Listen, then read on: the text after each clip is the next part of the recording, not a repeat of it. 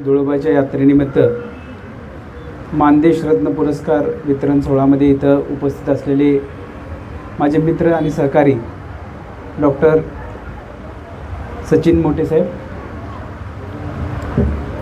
जे आत्ताच DYSP म्हणून सिलेक्ट झालेले आहेत आणि त्यांनी त्याचा जीवनपट जो आता आपल्यासमोर उलगडला की किती कष्टातून, किती संघर्षातून त्यांनी MPSCची परीक्षा पास झाले, DYSP झाले. ते माननीय प्रदीप गोरड साहेब. मानदेशाला जगाच्या पातळीवर नेऊन ठेवणारं पहिलं पुस्तक म्हणजे बनगरवाडी. बनगरवाडीवरती पहिले व्यंकटेश माडगुळकरांनी बनगरवाडीचा, इथल्या दुष्काळाचा, इथल्या लोकांचा उहापोह केला. त्यानंतर अमोल पालेकरांनी त्याच्यावर चित्रपट काढला आणि त्यानंतर त्याच तोडीची ज्यांनी हेडाम नावाची कादंबरी लिहिली ते माननीय नागू विरकरजी,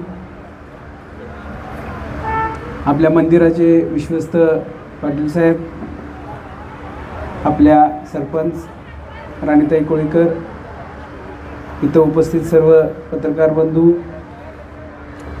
त्या बाजूला बसलेले जनशेठ विरकर, हनुमंतराव मोठे, सुनील थोरातजी, संघर्ष योद्धा महेश करचेजी, नानासाहेब, ज्यांच्यासाठी हा कार्यक्रम घेतला ते सर्व सत्कारमूर्ती, पुरस्कार ज्यांना मिळाला ते पुरस्कार्थी आणि आपण सर्व बंधू भगिनी.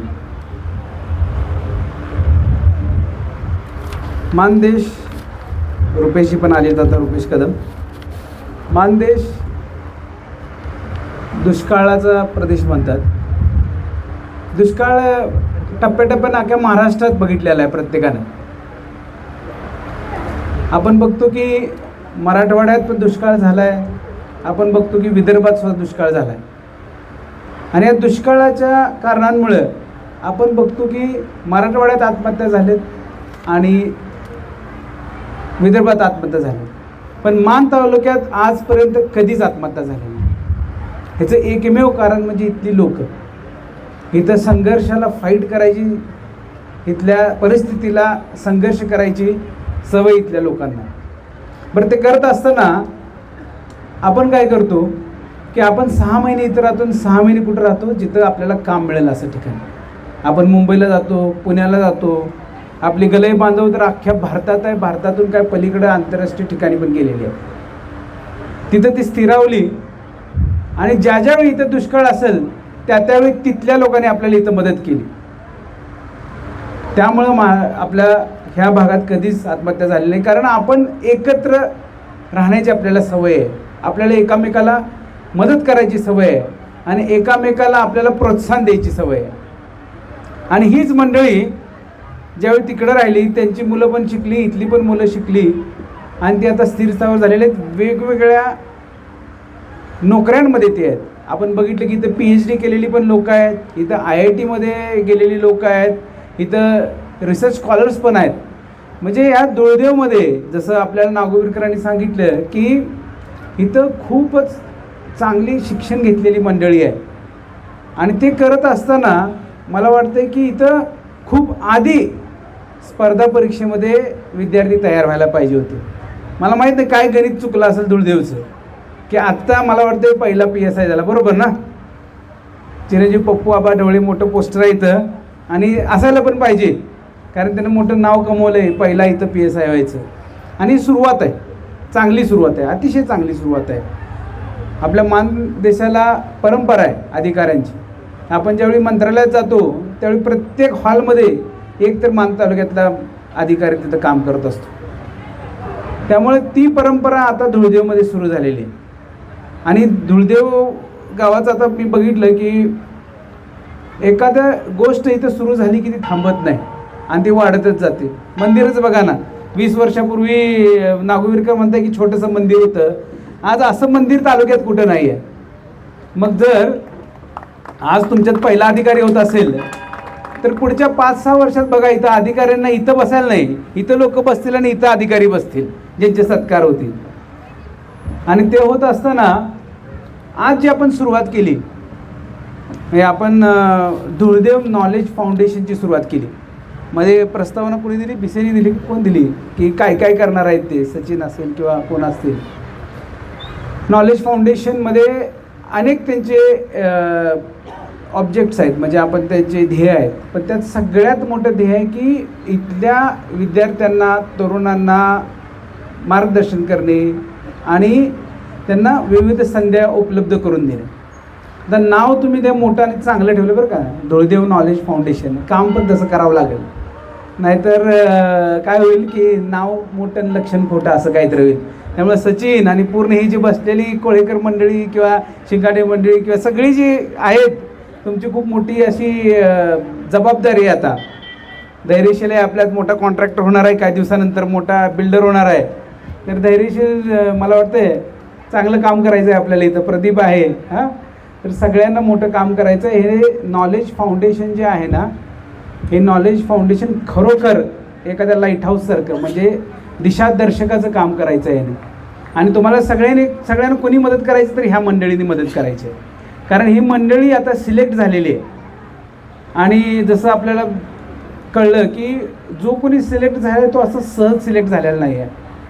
अर्ज लाखात येतात, मग पूर्वपरीक्षा होते, त्यात काही हजारात सिलेक्ट होतात, मेन्स येते, त्यानंतर इंटरव्ह्यू आणि त्यानंतर फायनल सिलेक्शन. म्हणजे लाखात एक अशी सिलेक्शन झालेली मंडळी इथं आहे. मग ते करत असताना 4-5-6 वर्ष जातात. आणि ते 4-5-6 वर्ष ज्यावेळी जातात त्यावेळी त्यांना खूप चांगला अनुभव आलेला असतो. त्या अनुभवाचा वापर आपल्याला इथं करायचा आहे. म्हणजे मागं मी आता काल परवा दिवशी बेंगलोरला गेलो होतो, पोपटराव पवार माझ्याबरोबर होते. पोपटराव पवारांनी हिवरे बाजारची मोठी डेव्हलपमेंट केलेली आहे. म्हणजे वॉटरशेड डेव्हलपमेंट असेल, जलसंधारणाचं मोठं काम केलं आहे. त्यांना 20 वर्ष लागली हे काम करायला. प्रत्येक गोष्टी ते करायचे, मोडायचे, परत करायचे, परत त्यांना कळायचं की असं नाही तसं करायला पाहिजे. असं 20 वर्ष लागली त्यांना गाव सुधारायला. पण त्यांनी काय केलं, तेच सगळी जी कामं केली ती 45 आणि 50 दिवसात कशी करता येईल असं पॅकेज डेव्हलप केलं. आपण ते पाणी फाउंडेशनमध्ये बघितलेलं की 45 दिवसात कसं गाव एक करू शकतो, ज्याला पोपटराव पवारांनी 20 वर्ष लावली.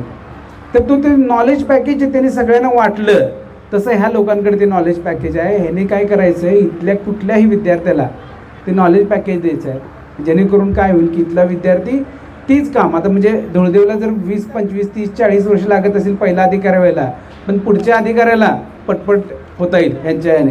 म्हणजे काय आहे की लसीचा शोध लागायला 20 वर्ष लागतात, पण ते लसीकरण करायला काय जास्त वेळ लागत नाही. आणि एकदा का लसीकरण झालं की आपली रोगप्रतिकारशक्ती चांगली येते. अशा प्रकारे ह्या मंडळीची मदत झाली पाहिजे. मध्ये बोलताना बऱ्याच लोकांनी म्हणलं की एक सामान्य शेतकऱ्याचा मुलगा आहे, सामान्य मेटमळाचा मुलगा आहे, सामान्य शिक्षकाचा मुलगा आहे. तुम्हाला सांगतो, हे जे विद्यार्थी सिलेक्ट होतात त्यांचे आईवडील हे सामान्य नसतात. ही सगळी असामान्य शेतकऱ्याची, असामान्य मेंढपाळाची, असामान्य शिक्षकाची मुलं असतात.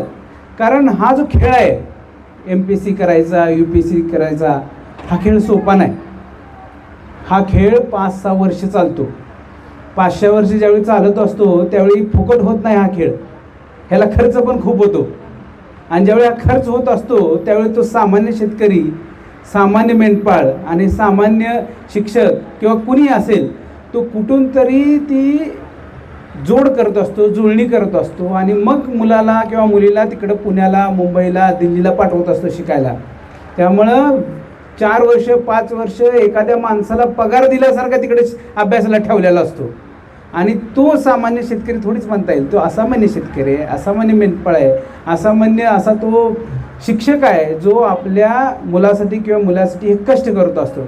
त्यामुळं UPSC किंवा MPSCचा हा अभ्यास जो आहे आत्ताच्या काळात, हा फक्त विद्यार्थ्याच्या हुशारीवरती, विद्यार्थ्याच्या कष्टावरती किंवा विद्यार्थ्याच्या निष्ठेवर चालत नाही.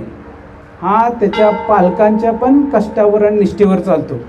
त्यामुळं अभिनंदन फक्त यांचंच नाही, ते यांच्या पालकांचं सुद्धा आहे. खरं तर इथं पालक पण पाहिजे होते आज सत्काराला. त्यामुळे तुमच्या पालकांचं मी पहिल्यांदा अभिनंदन करतो की त्यांच्यामुळं तुम्ही आज इथं बसलेला आहात. आपण बघतो की मान तालुक्यात दुष्काळ आहे. आता बऱ्याच ठिकाणी पाणी आलं आहे, परिस्थिती सुधारायला लागली आहे.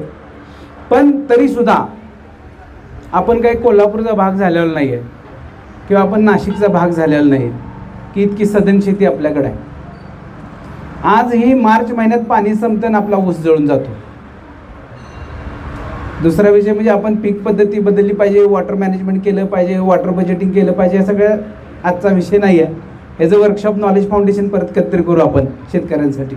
हां, महत्त्वाचं मला काय म्हणायचं की शिक्षणाचं महत्त्व आज पण आहे, काल पण होतं आणि उद्या पण राहणार आहे. शिक्षण घेतलं तरच आपली मुलं पुढे जातील.